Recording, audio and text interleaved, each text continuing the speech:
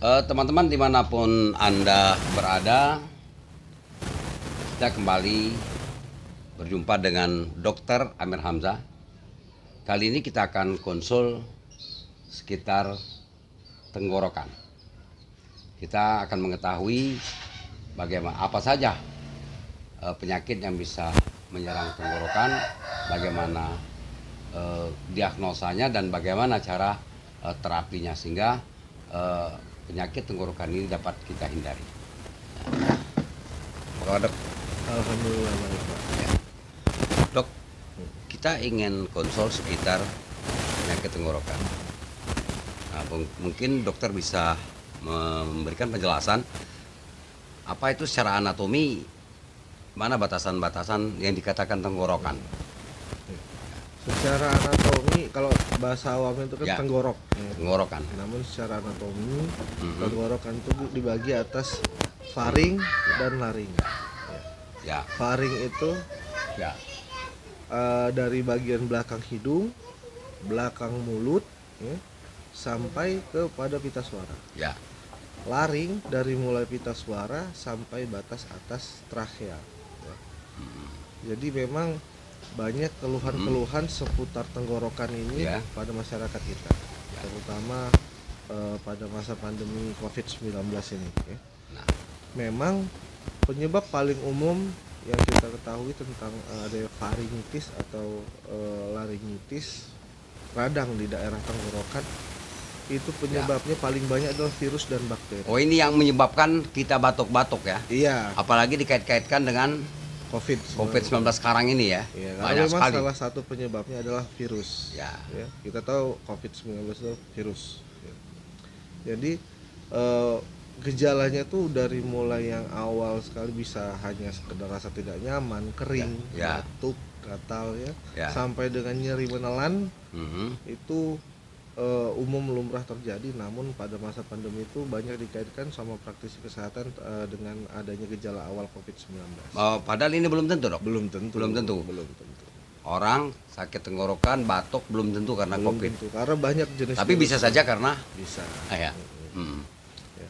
Itu secara anatomi sama penyebab secara umumnya. Ya.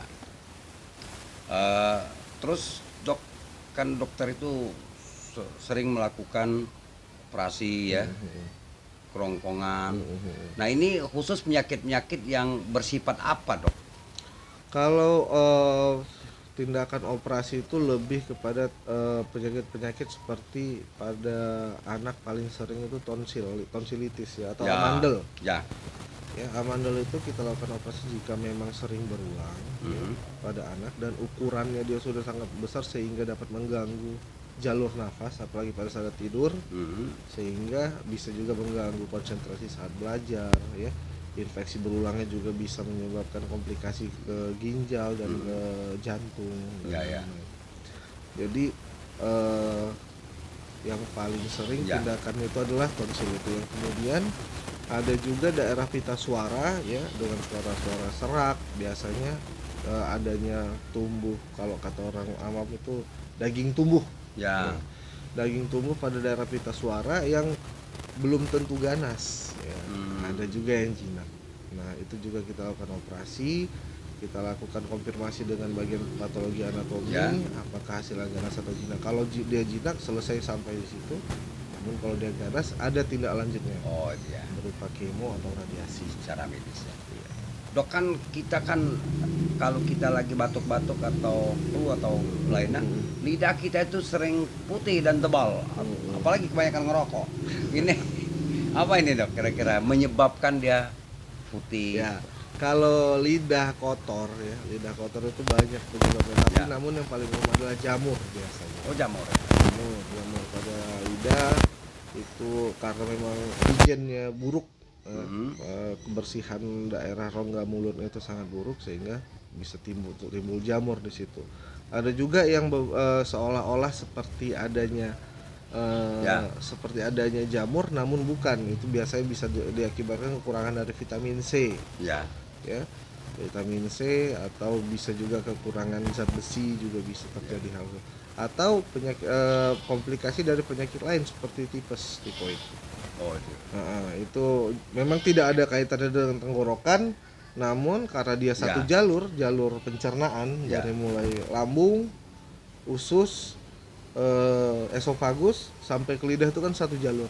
Ya. Jadi apabila memang daerah bawah terkena, dia biasa mengakibatkan efek satu sistem itu akan terkena gitu. Nah, Jadi agar terhindar dari penyakit yang menyerang kerongkongan, menyerang apa itu mulut ini bagaimana dok? Ya. Langkah-langkah yang harus Memang dilakukan oleh masyarakat. lebih baik mencegah ya, Ya. daripada mengobati ya. Ya. Kalau dari pencegahannya, karena kita tahu daerah tenggorokan itu erat kaitannya dengan jalur nafas, saluran udara. Mm. Jadi yang pertama sekali adalah menggunakan masker.